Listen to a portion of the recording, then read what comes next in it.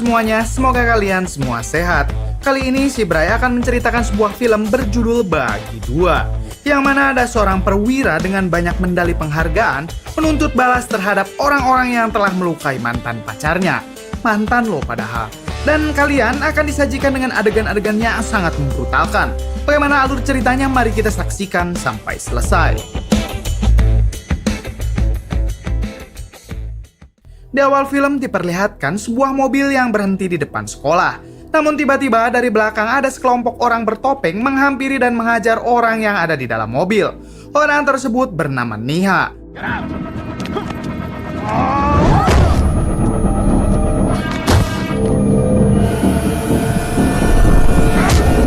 Ia pun harus dirawat di rumah sakit karena mengalami benturan keras di kepalanya. Singkat cerita, 2 bulan berlalu dan Neha mulai kembali sadar. Terlihat ia sangat depresi dan menghampiri guru spiritualnya. Di sana Neha curhat kepada gurunya kenapa orang-orang sekarang menjauhinya dan tak ada yang mau mempercayainya lagi. Seakan semua masalah yang menimpanya harus ia lewati sendiri. Sang guru spiritual menyarankan Neha agar Neha mengadukan semua masalahnya kepada Tuhan, serta terus berdoa kepadanya agar Tuhan mau membantu Neha melewati semua masalahnya. Zarur Baba Ji ne tere liye kisi na kisi ko chuna hoga. Adegan berpindah ke seseorang bernama Roni. Roni adalah seorang perwira terbaik yang ditugaskan di daerah Kashmir. Terlihat ia memberantas penjahat di kota tersebut, dan ia juga tak segan-segan menangkap penjahat tanpa pandang bulu.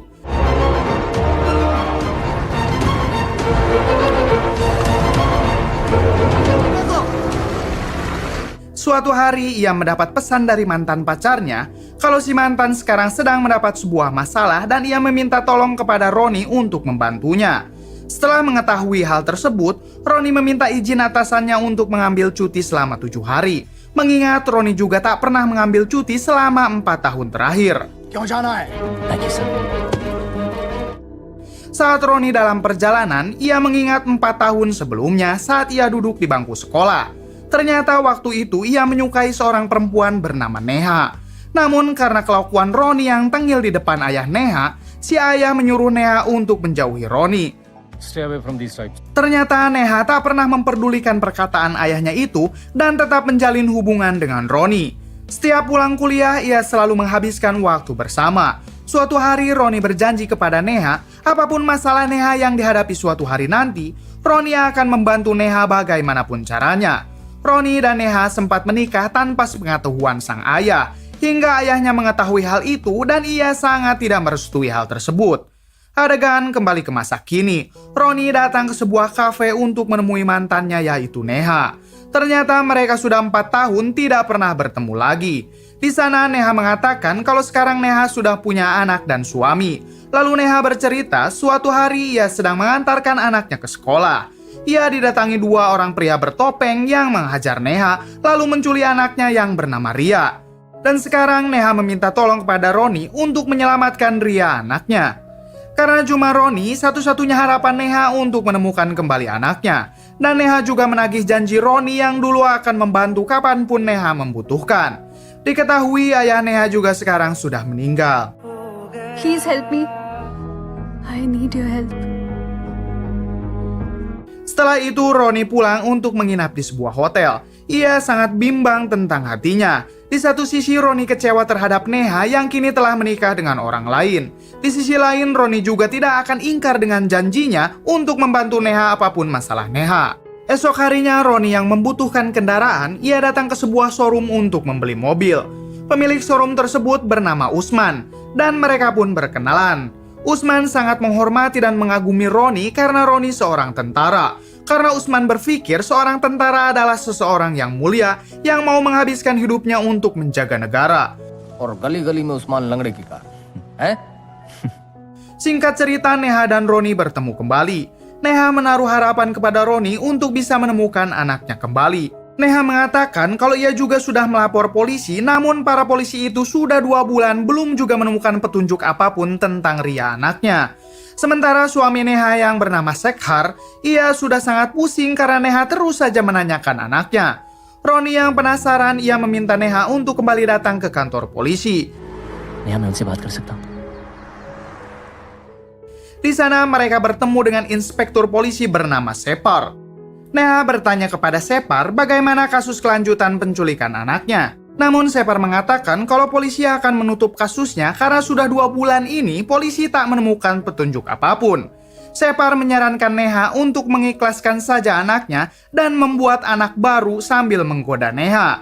Roni yang melihat itu tentu tak terima dan menghajar Separ serta para polisi yang ada di sana.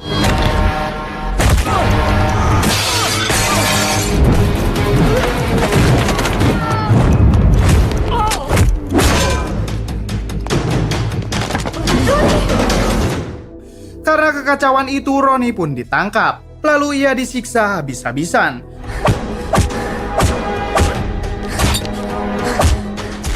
Sementara Neha disuruh untuk pulang karena Roni akan ditahan beberapa hari. Namun para polisi yang melihat identitas Roni sebagai seorang perwira, mereka pun langsung menghentikan penyiksaannya. Namun pada saat itu datang juga seorang komisaris polisi bernama DIG. DIG yang mengetahui kekacauan itu, ia bertemu dengan Roni. Di sana DIG menasihati Roni agar Roni lebih menghargai polisi walaupun Roni seorang perwira. DIG mengingatkan kalau polisi dan tentara harus sama-sama menjaga kedaulatan negara serta saling menghormati. Kemudian Roni pun dibebaskan. जिनका कोई इलाज ही नहीं हो सकता जानता हूं सर और भाई साहब आप कौन हैं भगवान वो अपनी ड्यूटी भूल गया था Esok harinya terlihat Roni dan Usman si pemilik showroom ia mendatangi tempat sekolah Ria. Di sana Roni bertemu dengan kepala sekolah untuk menanyakan apa yang diketahui tentang menghilangnya Ria. Anehnya si kepala sekolah mengatakan kalau pihak sekolah tak pernah mempunyai murid bernama Ria serta tidak pernah ada kejadian penculikan di area sekolahnya. Ketika Roni keluar, ia melihat di depan sekolah itu ada sebuah gedung properti. Roni meminta si pemilik gedung untuk melihat CCTV karena 2 bulan lalu ada kejadian penculikan.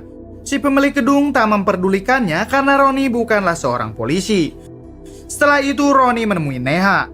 Ia bercerita kalau pihak sekolah tak mengenal nama Ria dan tidak ada kejadian penculikan di area sekolahnya. Neha menjawab pihak sekolah sengaja mengatakan itu karena mereka tidak ingin sekolahnya tercemar atas kejadian anaknya yang hilang. Lalu Roni meminta foto Ria untuk memudahkan pencarian. Dan Roni juga ingin bertemu dengan Sekhar suami Neha. Namun di sini Neha mengatakan ia tak mempunyai foto Ria di rumah. Neha juga mengatakan semenjak kejadian penculikan itu, suaminya jarang pulang dengan alasan bisnis di luar kota. Tiba-tiba mereka kedatangan adik ipar Neha. Neha langsung menyuruh Roni untuk bersembunyi. Adik iparnya bernama Suni. Diketahui Suni adalah seorang pecandu. Dan ia datang ke sana tak lain untuk mengawasi Neha atas perintah kakaknya yaitu Sekhar. Malam harinya saat Roni hendak ke hotel, Roni tak sengaja bertemu dengan teman-temannya waktu berkuliah dulu. Ia pun langsung diajak berpesta yang kebetulan pada waktu itu salah satu teman Roni sedang mengadakan pesta nikahan. Di acara tersebut tak sengaja Roni bertabrakan dengan seorang bernama Anantiagi. Saat melihat identitas Anantiagi yang jatuh, ternyata Anantiagi adalah seorang polisi dan Roni berniat memanfaatkan kartu identitasnya. Esok harinya Roni mendatangi gedung properti yang berada tepat di sekolah Ria. Ia datang ke sana dengan menyamar sebagai polisi Anantiagi dan meminta satpam itu menunjukkan CCTV kepadanya. Akhirnya satpam gedung tersebut mempersilahkan Roni untuk mengecek CCTV di sana. Lalu Roni mengecek CCTV pada tanggal 7 Februari yaitu di hari di mana Ria diculik. Anehnya di hari itu ada rekaman yang sudah menghilang yaitu pada jam 8 sampai jam 9. Satpam itu menjelaskan kalau pada saat itu para satpam dipersilahkan untuk pulang lebih awal. Saat Roni mengecek sehari sebelum kejadian, Roni melihat di CCTV kalau adik ipar Ria yaitu Suni datang ke tempat tersebut. Ia curiga kalau Suni terlibat dalam penculikan Ria. Lalu Roni memberikan uang cukup banyak ke satpam tersebut untuk segera menemukan penggalan rekaman yang hilang. तो दिखाने का क्या लेंगे? जी बिल्कुल सर जरूर Di sisi lain di kantor polisi, mereka kedatangan ACP baru bernama Jono yang baru dipindah tugaskan ke kota tersebut. Tampilan Jono terlihat berbeda dengan polisi lainnya. Namun diketahui kalau Jono adalah seorang polisi bengis yang berhasil menumpas kejahatan di wilayahnya dulu bertugas. Lalu ia dipanggil oleh DIG selaku atasan Jono yang baru. Di sana DIG menyambut kedatangan Jono dan meminta Jono terus memberantas kejahatan. Sir एक सेल्फी हो जाए ये यादगार बनाने के लिए खुद की ले रहे हो थोड़ा ऐसे करते हैं sir Kembali ke Roni, Terlihat ia sedang membuntuti Suni dan anak buahnya. Roni sangat kaget ketika Usman si pemilik showroom ada di sana. Terlihat Usman memberikan sekantong narkoboy kepada anak buah Suni. Lalu ketika Roni berusaha mengikutinya, tiba-tiba ia ditodong senjata oleh anak buah Suni. Hingga terjadi perkelahian. Setelah berhasil menumbangkan mereka, Roni bertanya di mana Ria. Namun mereka mengatakan kalau mereka tidak tahu menahu tentang Ria. Lalu Roni menemui Usman di showroomnya. Kali ini Roni sudah tahu keterlibatan Usman dengan Suni. Roni bertanya siapa sebenarnya Suni. Usman menjawab kalau Suni adalah orang yang besar yang seharusnya Roni jauhi. Lalu Roni bercerita kalau dirinya sedang mencari seorang anak perempuan bernama Ria yang dicurigai diculik oleh Suni dan Ria sendiri adalah keponakan Suni sendiri. Usman mengatakan selama ini ia tidak pernah mendengar kalau Suni telah menyandra atau menculik seorang anak kecil, apalagi itu adalah keponakannya sendiri. Scooby जानता है नहीं मैं जानता मैं अरे तू दो को मारेगा उधर भी जाएगा फिक्र हो रही है मेरी। Ketika Roni hendak masuk ke hotelnya, ia kedatangan Anantiagi dan meminta kembali kartu identitasnya. Anantiagi menjelaskan kalau ia adalah seorang polisi dari Mumbai yang sengaja berlibur di kota ini sekaligus menghadiri pernikahan saudaranya. तभी नहीं खुल रहा था। क्या बात है, मजा आएगा जब बैठेंगे तो भर्ती वाले साथ में। Lalu esok harinya, semua orang dikejutkan dengan tersebarnya surat kabar yang memberitakan tentang hilangnya Ria. Ternyata hal tersebut dilakukan oleh Roni dengan mengatasnamakan polisi Anantiagi. Berita tersebut terdengar juga oleh suami Neha yaitu Sekhar. Di suatu kesempatan, Sekhar bertemu dengan Anantiagi, yang padahal orang yang ditemuinya adalah Roni. Roni berpura-pura menjadi Anantiagi. Di sana Roni bercerita kalau ia tak sengaja bertemu dengan Neha di kafe. Lalu Neha mengatakan kalau putrinya telah diculik dan ia hanya mencoba untuk membantu Neha. Di sini Sekhar membenarkan pada saat itu Neha mengalami perampokan dan ia mengalami koma 10 hari karena kepalanya mengalami benturan. Bahkan Neha yang pada saat itu sedang mengandung ia keguguran. Lalu dokter mendiagnosis kalau Neha mengalami PTSD, yaitu stres pasca trauma. Dan semenjak itu Neha selalu bertanya kepada semua orang di mana anaknya yang bernama Ria.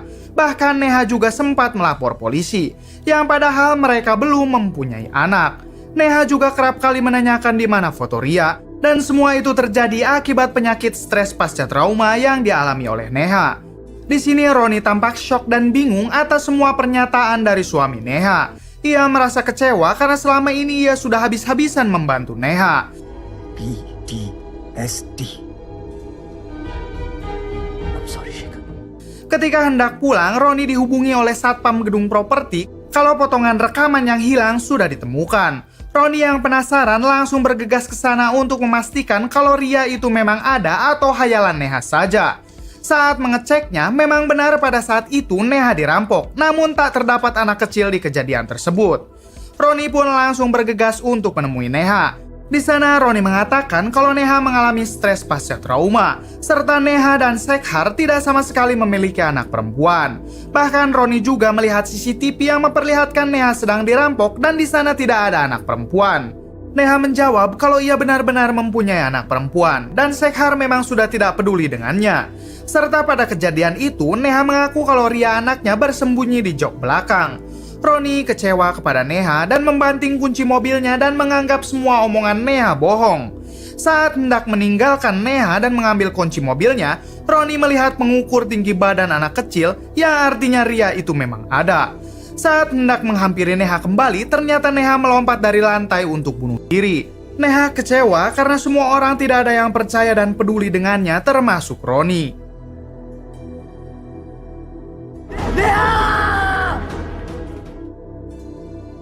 Akhirnya Roni pun pulang dengan rasa bersalah karena tidak mempercayai Neha. Esok harinya Jono datang ke rumah Sekhar untuk meminta keterangan tentang kematian istrinya yaitu Neha. Sekhar mengaku kalau pada saat kejadian ia tidak ada di rumah dan sedang berada di luar kota. Boss को Yes sir. पहला झूठ। Hingga Jono mendapat petunjuk dari HP Neha kalau terakhir kali Neha berkomunikasi dengan Roni. Lalu Separ juga mengatakan kepada Jono kalau Roni juga pernah datang ke kantor polisi dengan Neha dan membuat kekacauan dengan menghajar para polisi. Hingga Jono mencurigai kalau Roni telah membunuh Neha. Di sisi lain di hotel Roni, ia kedatangan Usman si pemilik showroom. Di sana Usman menyesal karena dulu tak memberitahu kalau Ria itu memang ada. Dan jika Usman waktu itu memberitahu, mungkin Neha masih hidup. Usman sempat melihat anak buah Suni sedang menyandranya. Ia sengaja tak memberitahu Roni karena ia takut dengan Suni yang akan membunuhnya jika berani membocorkannya. Di sisi lain, anak buah Sekhar menghampiri hotel yang ditinggali Roni. Saat Roni hendak keluar untuk mencari Suni, ia mendengar suara teriakan. Yang ternyata Anantiagi yang menginap tepat di samping kamar Roni telah tewas dibunuh. Roni keluar bersamaan dengan si pembunuh Anantiagi. Ternyata si pembunuh itu salah sasaran karena setahu Sekhar kalau Roni itu Anantiagi. Apa alasan Sekhar ingin membunuh Roni kita akan tahu nanti. Jono dan para polisi lainnya datang ke hotel itu untuk menangkap Roni. Namun mereka berpapasan dan tak sempat melihat Roni dan Usman keluar. Singkat cerita, Roni datang untuk menemui Suni, yang pada saat itu Suni sedang ada di pesta bebas. Hingga di sana terjadi perkelahian.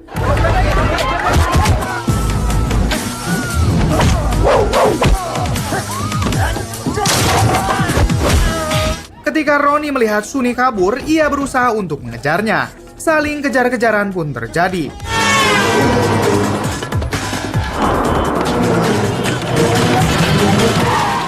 Hingga para pengendara di sana mengalami banyak tabrakan.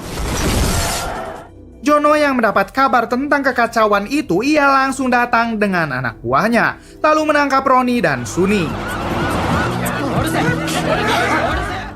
Saat Roni di dalam sel, ia berteriak kenapa para polisi menangkap orang yang tidak bersalah. Lalu apa saja kerjaan polisi? Nilang. Police force की ले लेगा। Mendengar hal itu, Jono menyuruh Suni untuk diam kalau tidak ingin giginya rontok. Sontak Roni pun langsung menantang Jono untuk berduel.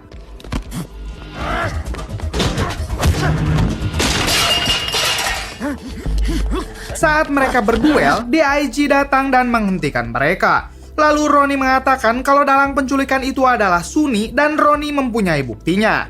जज्बाती हो रहे हो, सबूत है। Singkat cerita, mereka dipertemukan dengan Usman.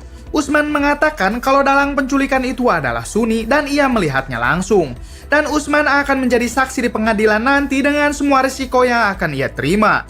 Lalu DIG mendatangi sel Suni dan menginterogasinya. Namun karena Suni terus menjelekkan kepolisian, Jono tak terima dan langsung menodongkan pistol ke arah Suni. DIG berusaha menenangkan mereka. Namun ternyata Suni mengambil pistol DIG dan menodongkannya, hingga mengharuskan DIG menembak mati Suni karena sudah sangat membahayakan. Di sini Roni kecewa karena hanya Suni yang dapat menuntun dirinya untuk menemukan Ria. Lalu di suatu kesempatan, DIG menasehati Roni untuk tetap bersabar dari semua masalah yang menghampirinya. Di sini DIG paham betul perasaan Roni, mengingat ia juga pernah mengalami hal yang sama, yaitu istri dan anaknya DIG yang masih kecil harus tewas dalam suatu kecelakaan. Lalu DIG mendapatkan telepon, hingga ia mengatakan kepada si penelepon kalau ia telah mengirim fotonya. हम शादी करने वाले थे। शेखर क्या किया? Di sisi lain, di showroom milik Usman didatangi pembunuh bayaran yang dikirim oleh Sekhar. Ia dihajar habis-habisan.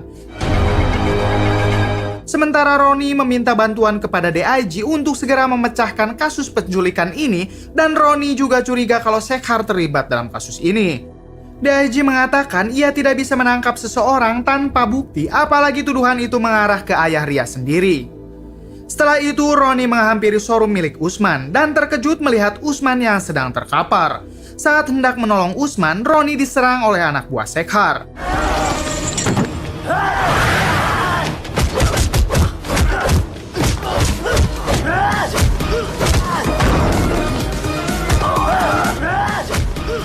Namun pada akhirnya Roni berhasil menumbangkan mereka, sementara Usman meninggal dunia. Lalu tak sengaja Roni menemukan ponsel milik anak buah Sekhar. Saat dicek, ternyata DIG terlibat atas kasus penculikan itu. Si pembunuh bayaran itu yang masih sekarat mengatakan kalau sekarang DIG sudah pulang ke rumahnya. Dan rumah DIG ada di tengah hutan. Namun Roni tidak akan sanggup ke sana mengingat rumahnya dijaga oleh puluhan tentara bayaran. Anjuna border के पीछे। Tak pikir panjang, Roni pun langsung bergegas ke rumah DIG dengan semua dendamnya. Ia sempat dihadang beberapa penjaga termasuk Shepard. Namun Roni berhasil lolos dan membanting Shepard hingga tewas.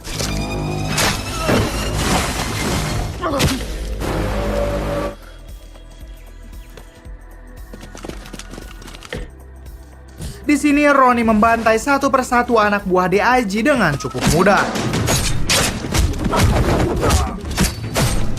Di sisi lain, ternyata Jono dengan para polisinya akan ikut terjun ke sana untuk memburu Roni. Lalu kolonel, yaitu atasan Roni, datang dan mengatakan biarkan Roni menyelesaikan urusannya. Karena ternyata di sini atasan Roni takut kalau tim kepolisian Jono akan dibantai Roni. Mengingat hutan adalah rumah bagi Roni dan Roni merupakan prajurit paling tangguh yang sering bekerja sendiri. आप किसी गलतफहमी का शिकार हो गए officer. Beralih ke Roni yang berhasil masuk ke gudang senjata lalu menghabisi anak buah DIG.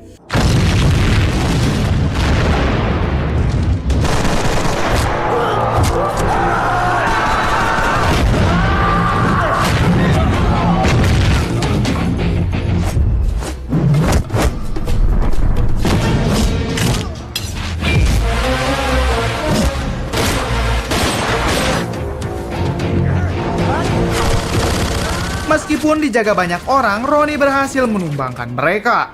Karena mulai kewalahan, DIG memerintahkan untuk mengeluarkan helikopter tempur.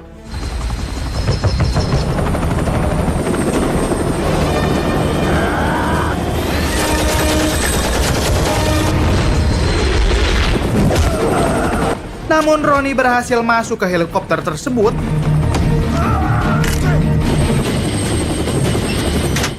Singkat cerita, Roni sudah berhasil masuk ke rumah DIG, lalu membantai para penjaga di sana.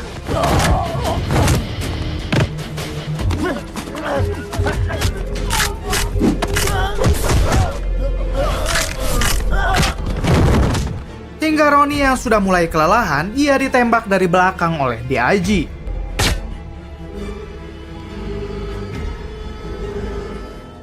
Lalu Roni yang sudah tidak berdaya, DIG mulai menceritakan semuanya. Kalau ia adalah seorang gembong yang bersembunyi di balik seragam kepolisian karena gaji di kepolisian tak cukup untuk menghidupi dirinya.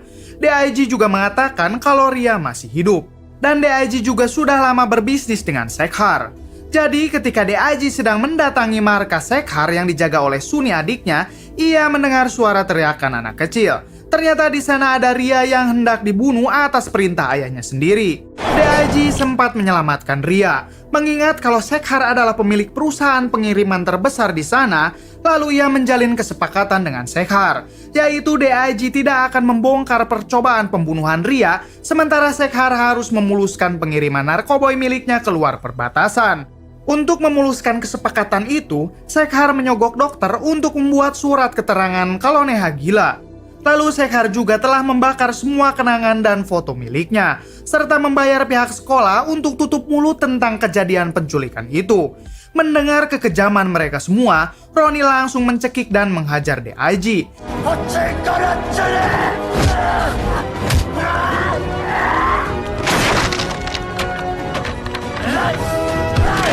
Hingga DIG mempunyai kesempatan untuk menembak Roni. Namun tiba-tiba DIG berondong dari belakang hingga tewas. Ternyata orang yang memberondong tembakan itu adalah Jono. Jono mendengar semua percakapan Roni dan DIG. Lalu terlihat Ria turun dari tangga. Singkat cerita, ketika Roni sedang diobati di rumah sakit, terlihat di sana ada Jono. Jono menjelaskan saat ia sedang menginterogasi Shekhar, Shekhar mengatakan kalau ia sebenarnya mandul. Hal itu diketahui saat memeriksakan diri ke dokter, yang artinya Ria bukanlah anak dari Shekhar. Dan alasan itulah Shekhar merasa ditipu oleh Neha karena selama ini Shekhar menganggap kalau Ria adalah anak kandungnya, hingga Shekhar berencana untuk membunuh Ria. Terungkap fakta kalau Ria sebenarnya anak Roni, karena pada saat hendak mereka berpisah, Roni dan Neha sempat melakukan aha-aha. Lalu Roni pun menghampiri Ria. Ia berjanji kepada dirinya sendiri akan menjaga Ria yang tak lain adalah anak kandungnya sendiri.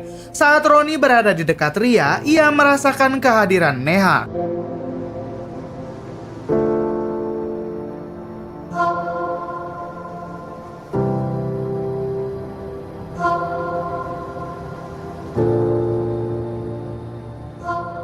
tamat. Bagaimana menurut kalian? Kisah apa yang dapat kita ambil dari film ini? Coba komen di bawah.